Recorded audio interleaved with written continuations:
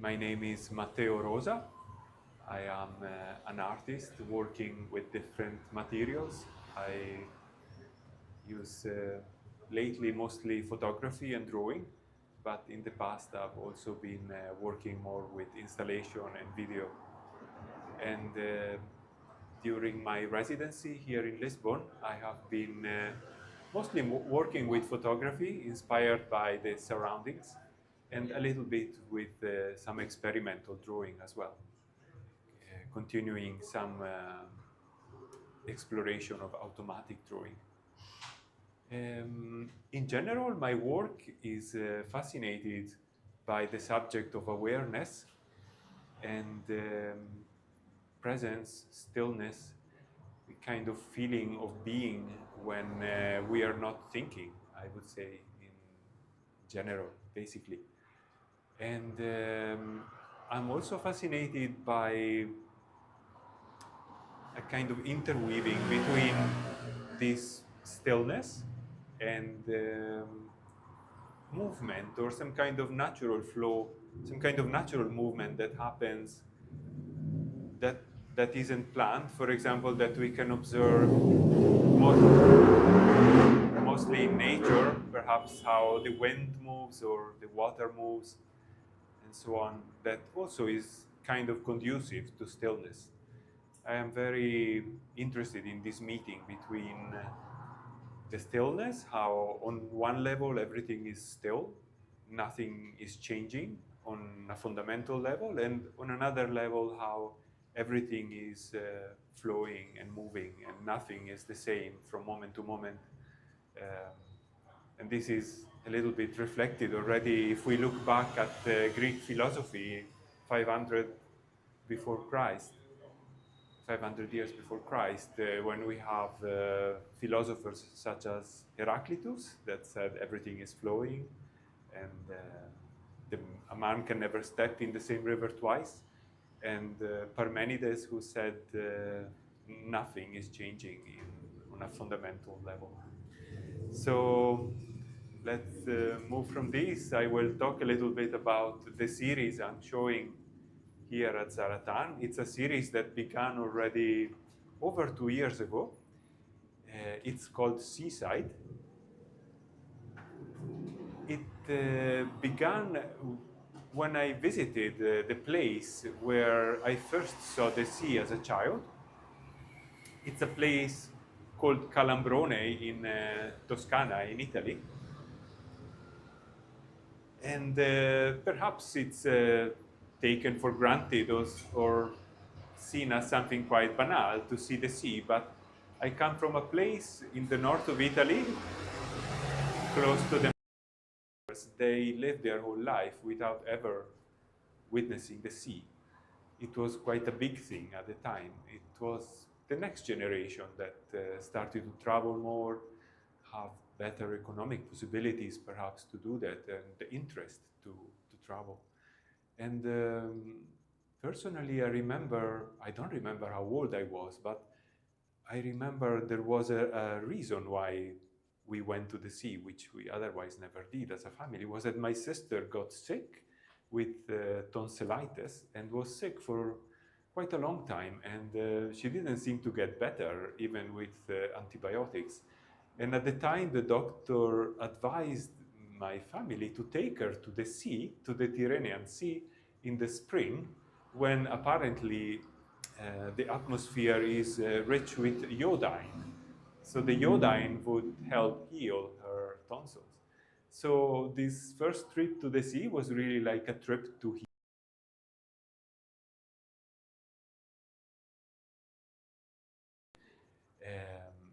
Which probably nowadays no doctor would believe in and really advise for. But at the time we did that. Went to the sea in the spring at Easter time, and it was a place that at the time was not very touristic. It was very, also it was off season, so it was very few people there, and the place was kind of wild. There were like sand dunes and vegetation. So I have a very fond memory of the time, of seeing this place for the first time. And a couple of years ago, I had the opportunity to return for the first time to this area thanks to an exhibition I was taking part in Livorno. So I took a few days just to go and wander around the area and photograph. And I photographed in a similar way to how I developed some of my previous series in the latest years. One is called Veil. It started in 2016, and another one is called Mirage, which came about in 2022. And I was interested in taking photographs in such a way that doesn't really reveal the details or sharp details of a moment, but tries instead to capture, we could say, the essence or a more general feeling. And this too goes back to some videos I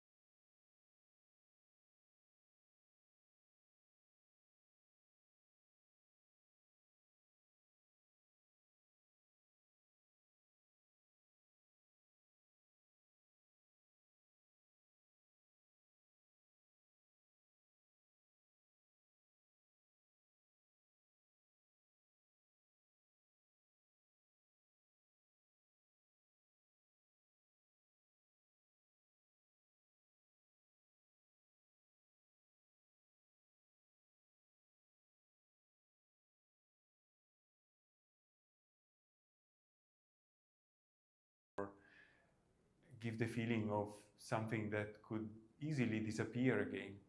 So just in this presentation at Zaratan, I decided to print the photographs on tracing paper. And so the actual paper is partly transparent and reveals a little bit the wall behind. In the white frame around the image, you can partly see the wall behind. And one more thing, I've decided to show these pictures in a kind of semi-light, semi-dark space. I left the lighting exactly as it was before any pieces were installed. When the corridor is empty, when there are no exhibitions here, the spotlights are turned on these partitions in between these spaces rather than on the walls. And I decided to keep the light shining just on these partitions. And the pictures are left a little bit in a semi-dark space, which also is conducive to a more meditative mental state or a sort of threshold state. Interesting also, some of the pictures are taken at twilight, so that also reconnects with the subject of the photographs. I don't know if there is anything else I could add about this. Yeah, maybe an interesting coincidence I reflected on only today is that this original trip to the sea in childhood was done at Easter time, and I realized that this also coincided with these photographs being taken. Some of them are taken on Easter Day, while I was here in Lisbon on Easter Day in April. Yes. I was just going to comment. I think you didn't mention this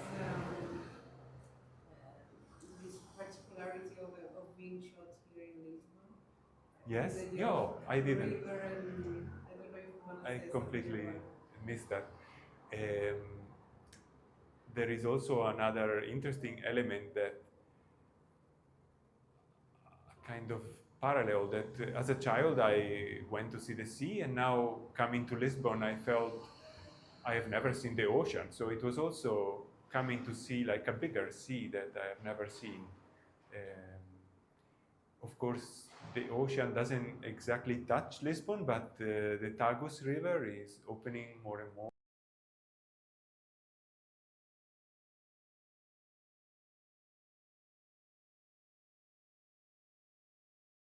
And this transcendence of one's personality, perhaps we could see in something that identifies as a river and then joins the ocean and in some way becomes something vaster and whole. And also another interesting element that is connected to the ocean is there is this expression called the oceanic feeling.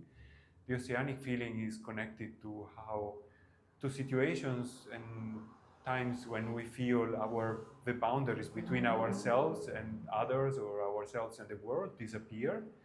And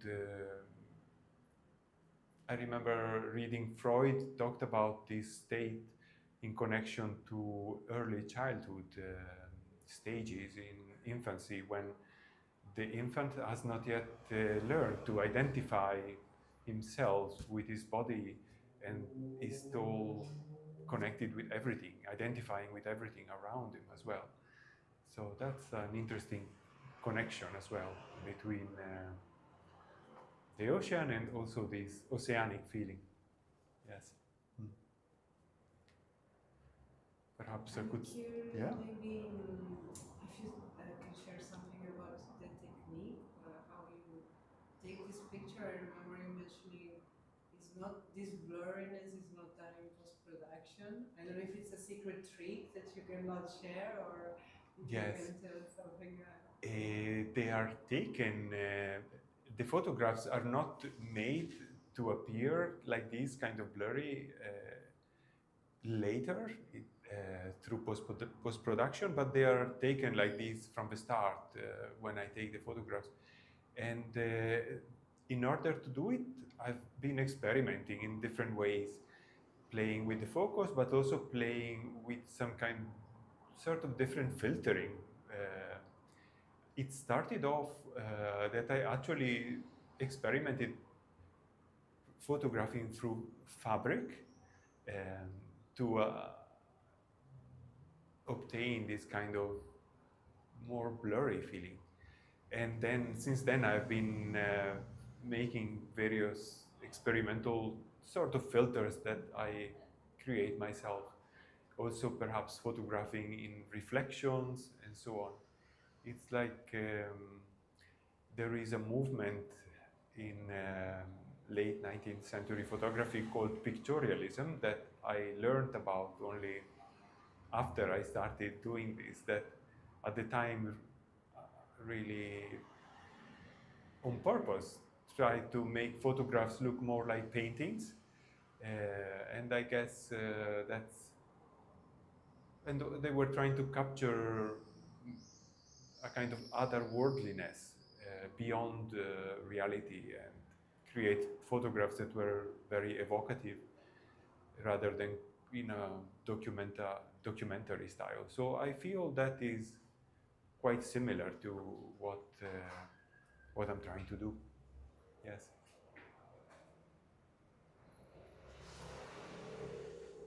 Yeah, for me, it's fascinating. I was asking especially because what is fascinating to me about the series is that you have different subjects. There is vegetation, there is human figure, different lights. There is in color, there is black and white, there is color, and you still feel this cohesiveness about the series, which I think is really the effect of how these opacities created. It makes them very close to each other in this imaginarium of blurriness. Sorry, this was just a comment, not really. Interesting. Yeah, also, it's interesting that even the pictures that are seemingly in black and white are in color. I didn't turn them to black and white. They are color pictures that turned, uh, turned out black and white because it was the colors that were there, the color of the sand, the color of the sea, and how the sun was shining. So I made no changes. I, as much as possible, I attempt to make no changes at all to these kind of photographs, neither to the colors nor to. Sometimes I have to alter perhaps if they are not straight and the sea is not right on the horizontal line, but other than that, I try to do as little as possible to them. Yeah. How is this foggy, dreamlike effect? How is it made technically? I already asked that. You mentioned some techniques, but I will not tell. Some of them are secret. You had the same question in mind as Gemma. Of course, yeah. Everyone has. But this is beautiful. Yeah, thank you. Congratulations. Also, perhaps I should mention that I long ago did also a series of photographic works that were printed on tracing paper. It was called Tracing the Invisible. But they were printed in a special way. They were printed through a printer that had kind of gone out of order. So it was printing far too much ink, making very wet prints. So I printed on tracing paper with this out of order printer, and it created an effect that was really like watercolor. So it was the process of printing that turned the images somehow different from ordinary photographs. In this case, the process is created digitally through the already within the camera, and at the time the photographs looked more sharp, but through the act of printing, they were turned more blurry and watercolor-like. So it kind of goes back to that in some way. Inkjet. It was inkjet at the time, but I think inkjet kind of has a difficulty to dry on tracing paper. So it already maybe a normal printer would create strange effects, and that printer create really strange, even stranger. Yeah. Well done. I don't know if we should say something about the drawings at the start. Yeah. Now we'll finish with the beginning. Maybe we should open the door again so you see what happens with the wind. Because now I feel like it's a little bit like part of the work, how the sea is moving. How they're moving. And this is a series of drawings that started off in my mind already before coming to Lisbon. And I made a little sketch and never managed to expand it and develop it, but I took a little time here to do it. And the subject is connected both to text and also to sea waves. And the title is Inflow, Outflow. I think of the tide, and I think of how waves move.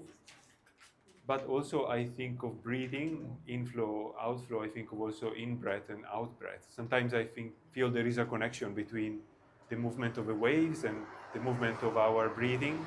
Sometimes it's relaxing to think about it. Yes.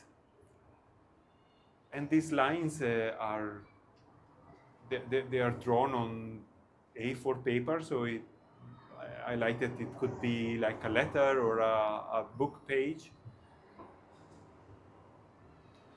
And I was interested also in the in-between spaces, between the blue lines, these white spaces. I made various experiments. I'm only showing 3 of them. I'm not satisfied with all of them. But in this particular two, it was also a movement of while I was doing them, going from left to right and then going from right to left. So there was also a kind of double movement, inflow, outflow.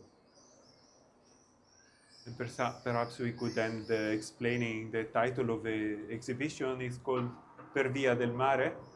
Per via del mare in Italian means both because of the sea. It could be interpreted like that. I did something because of the sea, per via del mare. But also it could mean by sea, like if you're traveling by sea, by boat, you say per via del mare,